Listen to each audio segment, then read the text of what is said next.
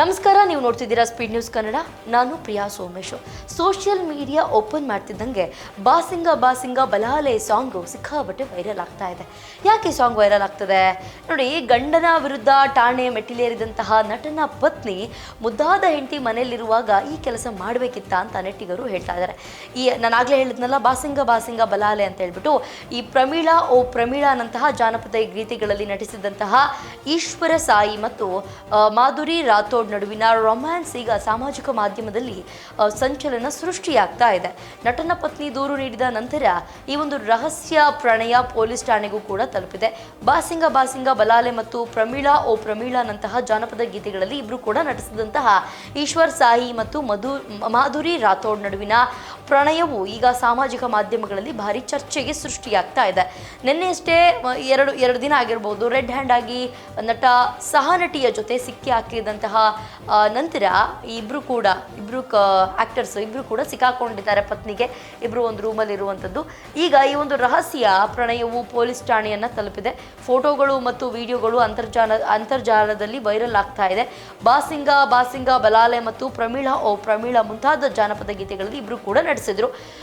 ಈ ಹಾಡುಗಳೊಂದಿಗೆ ಲಕ್ಷಾಂತರ ವೀಕ್ಷಣೆಗಳನ್ನು ಕೂಡ ಗಳಿಸಿದ್ದಾರೆ.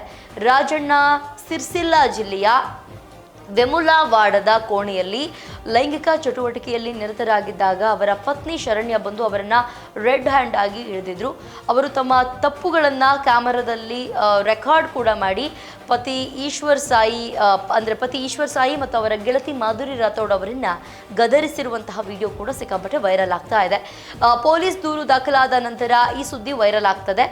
ರಾಜಣ್ಣ ಸಿರಿಸಿಲ್ಲಾ ಜಿಲ್ಲೆಯ ವೆಮುಲಾವಾಡ ಪುರಸಭೆ ವ್ಯಾಪ್ತಿಯ ರೆಡ್ಡಿ ಭವನದಲ್ಲಿ ಇವರಿಬ್ಬರು ಕೂಡ ಇದ್ದಾರೆ ಅಂತ ತಿಳಿದಂತಹ ಈ ಒಂದು ನಟನ ಪತ್ನಿ ಮನೆಯೊಳಗಡೆ ಹೋಗಿ ಇಬ್ಬರನ್ನ ಎದುರಿಸಿದ್ದಾರೆ, ಗದರಿಸಿದ್ದಾರೆ ಇಬ್ಬರು. ಅವಳು ಸುಂದರವಾಗಿಲ್ಲ ಅಂತ ಕಮೆಂಟ್ ಮಾಡಿದ್ಲು. ಈಗ ನೀನು ನನ್ನ ಕುತ್ತಿಗೆಗೆ ತಾಳಿ ಕಟ್ಟಿದ ಗಂಡನೊಂದಿಗೆ ಫ್ಲರ್ಟ್ ಮಾಡ್ತಾ ಇದೀಯಾ? ಅವಳು ತನ್ನ ಗಂಡನನ್ನ ಪ್ರಶ್ನಿಸುತ್ತಾ ನನ್ನ ಬದಲು ಅವಳನ್ನ ಇಷ್ಟಪಡ್ತಾ ಇದೆಯಾ ಅಂತ ಕೇಳಿದಾಳೆ. ನನ್ನ ಮುಖ ನಿನಗೆ ಇಷ್ಟವಾಯ್ತಾ ಅಂತ ಮಾಧುರಿ ರಾಥೋಡ್ ನನ್ನ ಪ್ರಶ್ನಿಸಿದ್ಲು. ಶರಣ್ಯ ಮದುವೆಯಾಗಿರುವಂತಹ ಪುರುಷನ ಜೊತೆ ಹೀಗೆ ಮಾಡ್ತಿದೀಯಾ ಅಂತ ಹೇಳಿ ಕಪಾಳ ಮೋಕ್ಷವನ್ನು ಕೂಡ ಮಾಡಿದ್ದಾರೆ. ಈಶ್ವರ್ ಸಾಯಿ ಅವರ ಪತ್ನಿ ಶರಣ್ಯ ಅವರು ವೆಮುಲಾವಾಡ ಪಟ್ಟಣ ಪೊಲೀಸ್ ಠಾಣೆಗೆ ದೂರನ್ನು ದಾಖಲಿಸಿದ್ದಾರೆ. ಇದೆಲ್ಲವೂ ಕೂಡ ವೈರಲ್ ಆಗ್ತಾ ಇದ್ದಂತೆ ನಟಿ ಅವರು ಇಬ್ರು ಕೂಡ ಜಾನಪದ ಹಾಡುಗಳಲ್ಲಿ ಸಿಕ್ಕಾಪಟ್ಟೆ ವೈರಲ್ ಆಗಿದ್ರು. ಸೋಷಿಯಲ್ ಮೀಡಿಯಾದಲ್ಲಿ ಇತ್ತೀಚಿನ ದಿನಗಳಂತೂ ಇವ್ರದೇ ಒಂದು ಬೊಮ್ಮಲ ಸಾಂಗೆ ಸಿಕ್ಕಾಪಟ್ಟೆ ವೈರಲ್ ಆಗ್ತಿತ್ತು. ಆದರೆ ಇಬ್ರು ಒಂದು ರೂಮ್ನ ಮಾಡಿಕೊಂಡು ಇಬ್ರು ಅಲ್ಲಿ ಇದ್ದಿದ್ದು ಸಿಕ್ಕಾಪಟ್ಟೆ ವೈರಲ್ ಆಗಿ ಹೆಂಡತಿ ರೆಡ್ ಹ್ಯಾಂಡ್ ಆಗಿ ಹಿಡಿದು ವೈರಲ್ ಮಾಡಿದ್ಲು ಆ ಒಂದು ವಿಡಿಯೋ ವೈರಲ್ ಆಗ್ತಿದ್ದಂಗೆ ಪೊಲೀಸ್ ಸ್ಟೇಷನ್ ಮೆಟ್ಲೆತ್ತಿ ಅಲ್ಲೂ ಕೂಡ ಕಂಪ್ಲೇಂಟನ್ನು ಕೊಟ್ಟಿದ್ದಾರೆ. ಅದ್ರ ಜೊತೆಗೆ ಟ್ರೋಲ್ ಕೂಡ ಮಾಡ್ತಾ ಇದ್ದಾರೆ. ಯಾಕೆಂತಂದರೆ ನೀವು ಮಾಡ್ತಿರೋದು ಇದೇನಾ ಸಹೋದರ ಅಂತ ಅವರು ಕಮೆಂಟ್ಗಳನ್ನು ಮಾಡ್ತಾ ಇದ್ದಾರೆ ಒಂದಷ್ಟು ಜನ. ಇದ್ರ ಜೊತೆಗೆ ಈ ಹೀರೋಯಿನ್ ಯಾರು ಆ್ಯಕ್ಟರ್ ಇದ್ರು ಆ ಆ್ಯಕ್ಟರ್ದು ಕೂಡ ವಿತೌಟ್ ಮೇಕಪ್ ವಿತ್ ಮೇಕಪ್ ಅಂತ ಹೇಳ್ಬಿಟ್ಟು ಒಂದಷ್ಟು ವೈರಲ್ ಮಾಡ್ತಾ ಇದ್ದಾರೆ. ಫೋಟೋಸ್ನ ವೀಡಿಯೋಸ್ನೆಲ್ಲ ವೈರಲ್ ಮಾಡ್ತಾ ಇದ್ದಾರೆ.